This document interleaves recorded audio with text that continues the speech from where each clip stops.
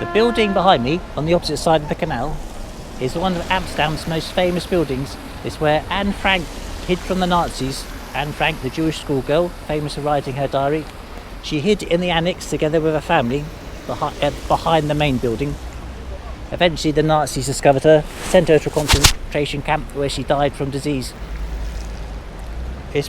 It's very popular. It's like a museum now and a memorial. You have to book to go. There's people queued up all day, every day. Can you imagine what it must have been like hiding from the Nazis, knowing any day you could be discovered? This video isn't about Anne Frank, but it's about another group of Jews who had an equally heroic life, but history has almost forgotten them.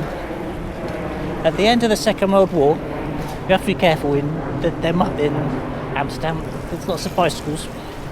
So, at the end of the Second World War, there were 500,000 German prisoners of war in Britain, and it was realised the Second World War was just one of a number of wars in Europe, and if we were going to have any sort of peace, we had to start being nice to each other and not going to war all the time. So there was a big effort to take the German prisoners of war, steer them away from fascism and towards democracy and human rights and all that sort of stuff. Now, I don't know if this was an act of gross incompetence or a stroke of genius, but the British government decided the best people to re-educate 500,000 German prisoners of war, many of whom were Nazis, were German Jews. The prisoners of war department depended on recruiting good people, and it had to be people who spoke German, which usually meant Jewish refugees from Nazi Germany. For the Jewish trainer, now a sergeant or captain in the British Army, formerly a teacher, doctor or tradesman in Germany, who had lost his job, his home, perhaps even his family to the Nazis, to now be confronted with a room full of Germans who were moreover his own countrymen, was highly disturbing. For the German prisoner of war, it was also difficult. It took a certain courage to attend a group discussion on the merits of democracy against taunts from the Nazis in the camp, only to find the group was being led by a Jew. But somehow they managed it. There are going to be two heroes in this video. One is a Nazi and one a Jew. The Nazi is Bernhard Trautmann, and he's famous in Britain for being a goalkeeper who played in an FA Cup final with a broken neck.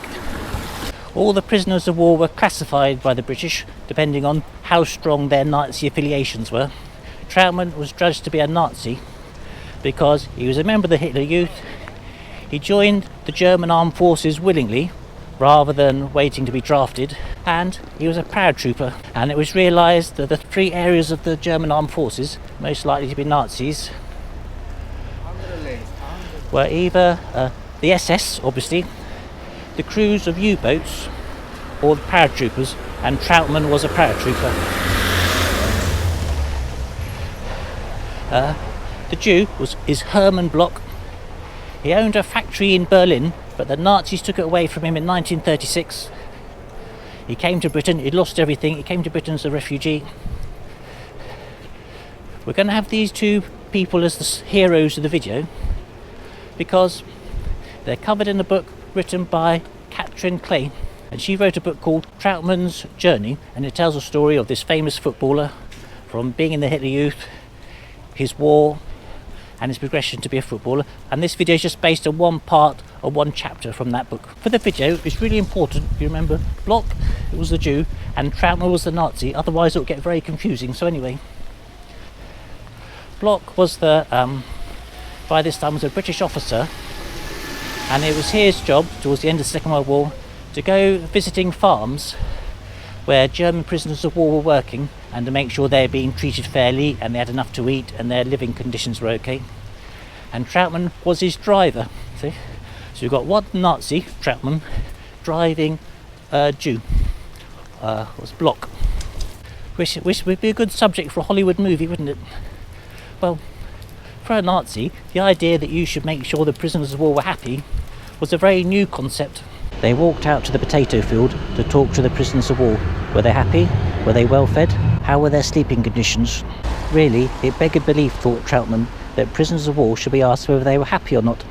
They even went to inspect their sleeping quarters. If you're working together, obviously you have to be professional, but Block's kindness to Troutman went much further than just professional courtesy. He went out of his way to treat him kindly.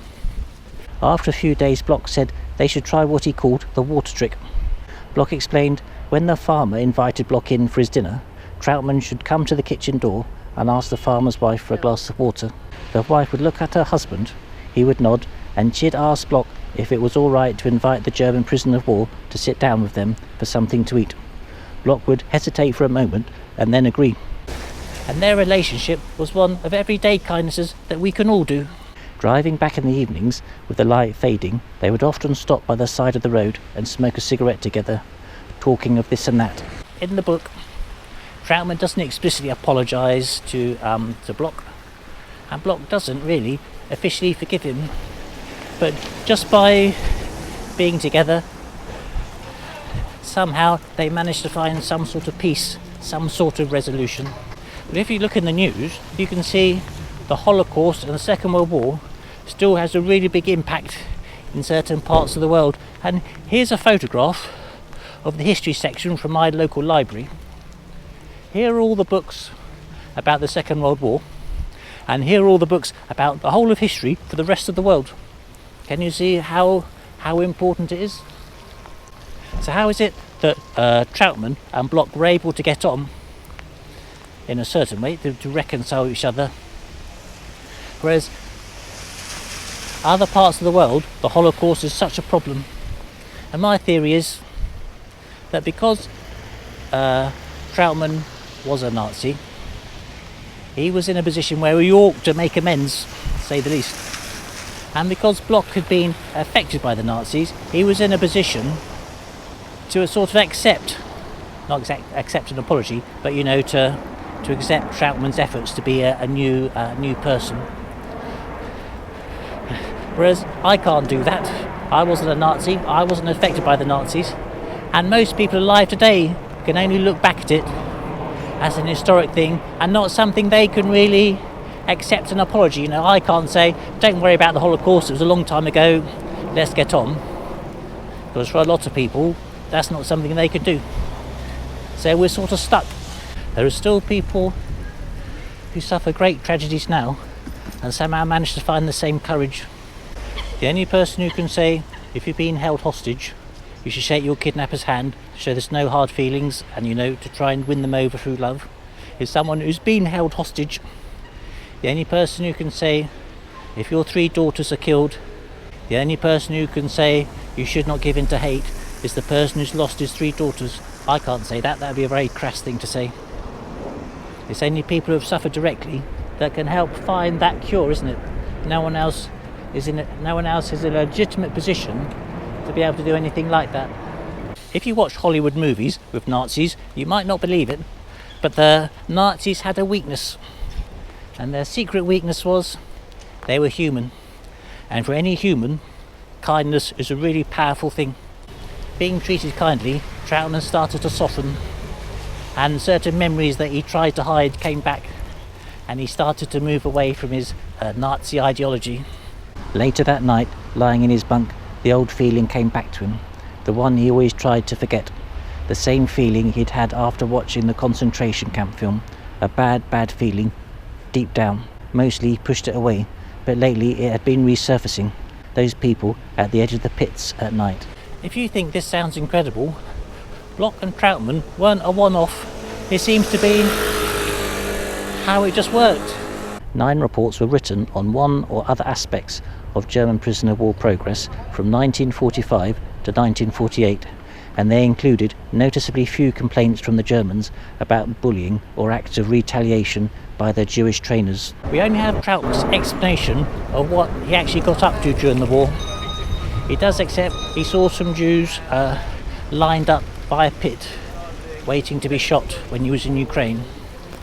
It's quite possible he did more and committed war crimes against Jews. Even if he didn't, of the 500,000 German prisoners of war, it's quite likely a significant number had committed war crimes against Jews. So their Jewish trainers knew that, At that time, it was well known what had been happening in the concentration camps. The German prisoners of war were shown films of the camps being liberated and what the conditions were like there. So everyone knew what was going on, and the conversations that Bloch, the Jew, and Trautmann, the Nazi, had weren't just general principles, but went into details about what each of them had done during the war. What was the worst time for you? Was it Russia? They usually avoided the war, but not this time. And as you can tell, the whole scheme was a success. By September 1946, the first prisoners of war were being repatriated at the rate of 15,000 a month, ready to serve the new democratic Germany. It's raining quite hard now.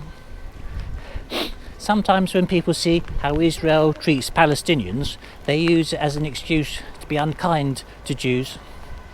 But whenever I think about Jewishness or Jewish values, I always think about these patient, kind people who showed so much courage, rescuing Nazis from their own ideology and gave them a second chance of life in a modern democratic world, something the Nazis denied to millions of Jews.